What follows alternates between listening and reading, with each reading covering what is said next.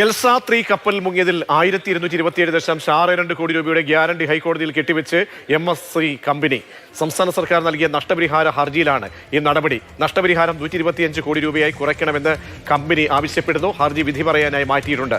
ബില്ലുണ്ട്. ബില്ലിൽ ഗ്യാരണ്ടിയെ വലിയ തുക കെട്ടിവെക്കുമ്പോഴും ഈ നഷ്ടപരിഹാര തുക കുറയ്ക്കണമെന്ന ആവശ്യത്തിൽ ഉറച്ചു നിൽക്കുകയാണല്ലോ കമ്പനി.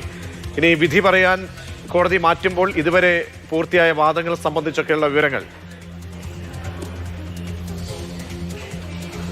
പ്രതീക്ഷ, നേരത്തെ സംസ്ഥാന സർക്കാർ ഏതാണ്ട് 9,000-ഓളം കോടി രൂപയാണ് MSC കമ്പനിയിൽ നിന്ന് എൽസ 3 അപകടവുമായി ബന്ധപ്പെട്ട് ആവശ്യപ്പെട്ടിരുന്നത്. പക്ഷേ ഹൈക്കോടതി അതിൽ 1227.62 കോടി രൂപയാണ് അഡ്മിറാൽറ്റി സൂട്ടിൽ ഒരു ഇടക്കാല ഉത്തരവായി കോടതിയുടെ ഭാഗത്തു നിന്ന് വന്നത്.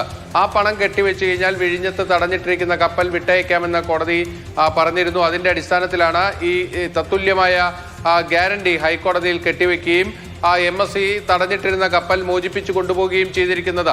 ഇതോടൊപ്പം തന്നെയാണ് ഈ നഷ്ടപരിഹാരം 125 കോടിയായി കുറയ്ക്കണം എന്നൊരു ആവശ്യവുമായി അവർ മറ്റൊരു ഹർജി നൽകിയിരിക്കുന്ന. ആ ഹർജി ഹൈക്കോടതി വിധി പറയാൻ മാറ്റിയിരിക്കുകയാണ്. അതായത് ഏതാണ്ട് 9,000-ഓളം കോടി രൂപ സംസ്ഥാന സർക്കാർ ആവശ്യപ്പെട്ടെടുത്ത് ഹൈക്കോടതി 1227 ഒരു പ്രാഥമികമായി ഇടക്കാല ഉത്തരവിന്റെ ഭാഗമായി ഹൈക്കോടതി കൊണ്ടുവരുന്നു.